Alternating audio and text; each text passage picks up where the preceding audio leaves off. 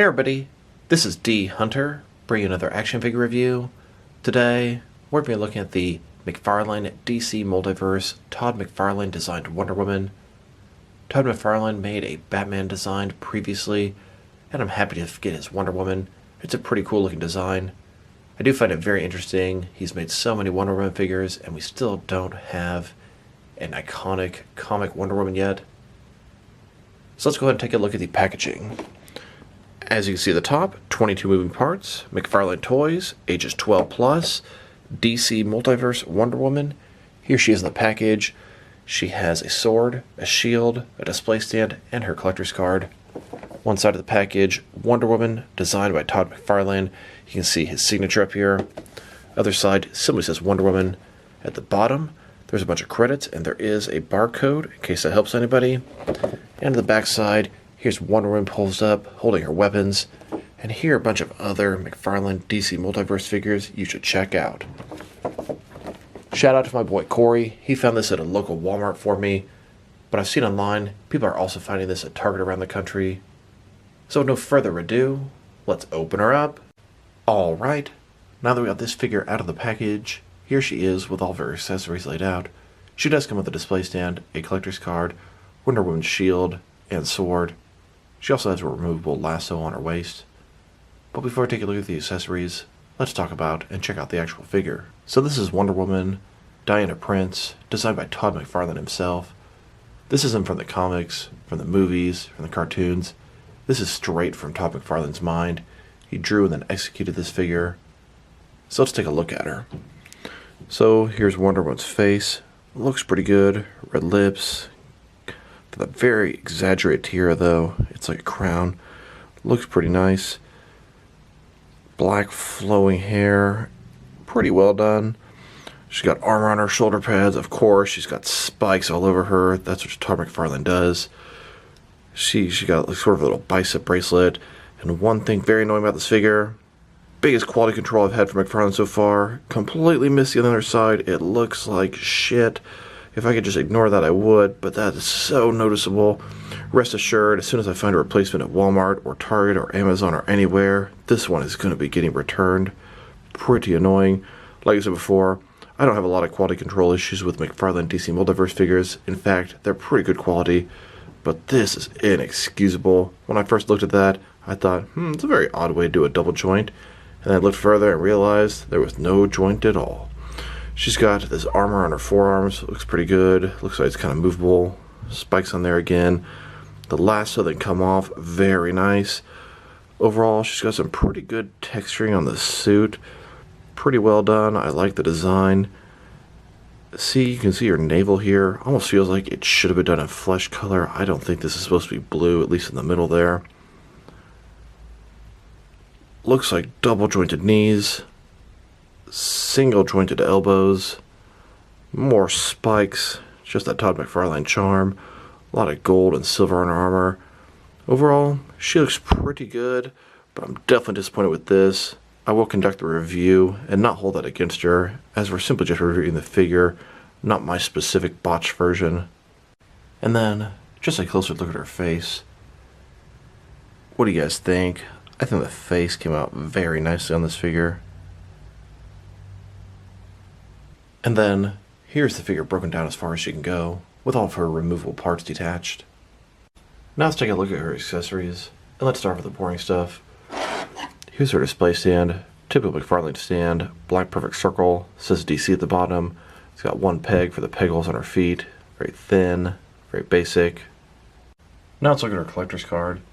As you can see, we have an image of the Todd McFarlane designed Wonder Woman figure. Wonder Woman, designed by Todd McFarlane. On the back side, there's her description. If you want to read that, go ahead and pause now. Here's her lasso. It's rolled up and can attach to her belt.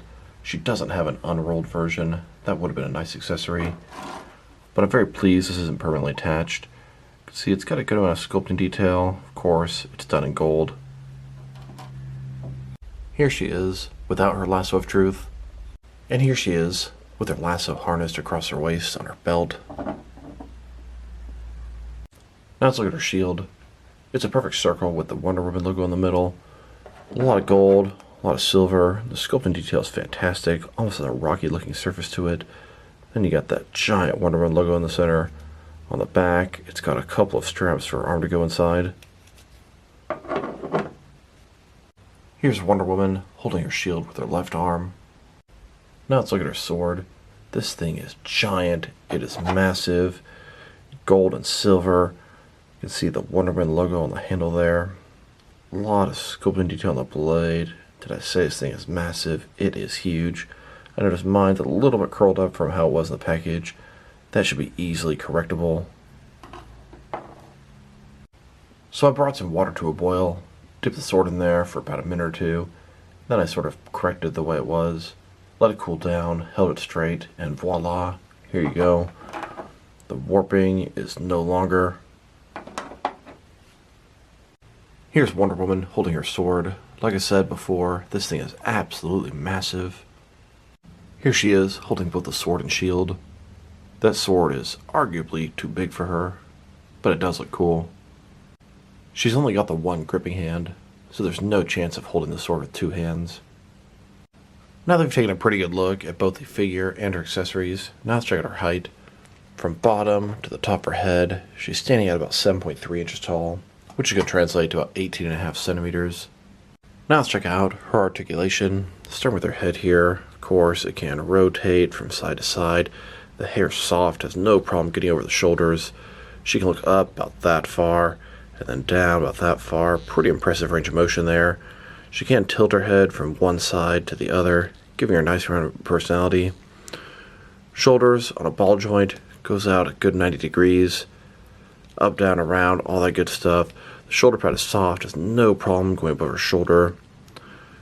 She doesn't have a bicep cut here, but she does have single jointed elbow with a 90-degree bend, and has rotation to offset that bicep cut. Her wrist here has a ball in it, can rotate, and it's going to be hinged as well. She's got a ball joint in her torso, rotate around, go forward and back. No ball joint in her waist like most of McFarlane figures. Her legs completely does the splits, they go out this far. Not a ball joint, but a similar type concept. Rotation, it's there, not too much, but better than some of the figures. She goes forward about that far, back, not too much. Double jointed knees below that. Then her ankle here, go forward and back. Can rotate, can tilt and rock. And then she has toe articulation. Here's Wonder Woman standing outside of some ruined buildings, ready for combat. Here's Wonder Woman taking on Cheetah in an abandoned ruined building. Here's the Todd McFarlane Wonder Woman and Batman taking on Merciless in the streets of Gotham. Now let's check her out next to some other action figures, starting off with some other McFarlane DC Multiverse figures. Here's the Todd McFarlane designed Wonder Woman next to the Todd McFarlane designed Batman. This was the gold label Walmart exclusive version. Here she is next to the standard wide release. This is the blue-gray version of Todd McFarlane's Batman. Here are all three of the Todd McFarlane designed McFarlane DC Multiverse figures. We've got two versions of Batman and then Wonder Woman. Todd McFarlane loves to make things very stylized and sort of exaggerated, dramatic. They've got the spikes all over them, which kind of works for Wonder Woman, but frankly for me, it just does not work for Batman. He wouldn't have knives on his belt and spikes on his gauntlets. It's a cool looking figure. The next character I think Todd McFarlane is going to design is going to be Superman. I don't see him doing anything else besides finishing the Trinity before moving on to other characters. I would love to see what he can do with some villains though. Here's this Wonder Woman with the rest of her wave, if you want to call it that. McFarlane doesn't release their characters in traditional waves. We've got King Shazam the Infected, Todd McFarlane designed Wonder Woman, and Etrigan from the Demon Knights. All three of these figures are shipping together at both Target and Walmart right now. Now let's check her out next to some other McFarlane Wonder Woman figures. Here she is with the Wonder Woman 1984 wave. These are both DC Cinematic Universe versions of Wonder Woman played by Gal Gadot. Here she is next to both versions of the Last Night on Earth Wonder Woman. We have the standard release and the Dr. Fate helmet variant. Then, next to the Death Metal Wonder Woman. Here are all the McFarlane DC Multiverse Wonder Woman figures they've made so far. I find it interesting we have a total of 6 Wonder Woman figures, and they still haven't given us a classic or iconic comic Wonder Woman. We don't have the Rebirth Wonder Woman yet. Sure, 3 of these figures are actually from the comics, but they took the most sort of odd and bizarre Wonder Woman designs from the comics to make figures of. They make for some great figures, but I'm just waiting for my Rebirth Wonder Woman to sit with Batman and Superman. Here are all the female figures McFarlane has made in their DC line so far. This is probably the closest we're going to get to a Todd McFarlane Trinity right now. We've got the Todd McFarlane Wonder Woman, Todd McFarlane Batman, and the Death Metal Superman. Kinda looks like something Todd McFarlane might do, although I really hope Todd McFarlane comes with something a little better and more recognizable than this. Here she is, next to the complete Zack Snyder's Justice League McFarlane DC Multiverse wave. And then, next to the Suicide Squad wave. And here she is, next to a bunch of other recently released McFarlane DC Multiverse figures. Now let's check her out, next to some other Wonder Woman figures. Here she is, with all the different McFarlane DC Multiverse Wonder Woman figures. And here she is, next to my DC Direct and DC Collectibles Wonder Woman figures. Then, next to Noble Toys Bendy Wonder Woman. And here, next to my Mattel Wonder Woman figures. And here are all of my 6 and 7 inch Wonder Woman action figures. Here's Wonder Woman next to a Wonder Girl figure. Now let's check her out next to some action figures from different various companies to see how she fits in both scale and style wise, in case you want to know which lines you can mix her with. Since she's a McFarlane figure, they're typically the 7 inch scale. I'm going to start off my comparisons with some of the larger action figure lines I collect and work my way smaller. Here she is with some of her McFarlane Toys brothers and sisters.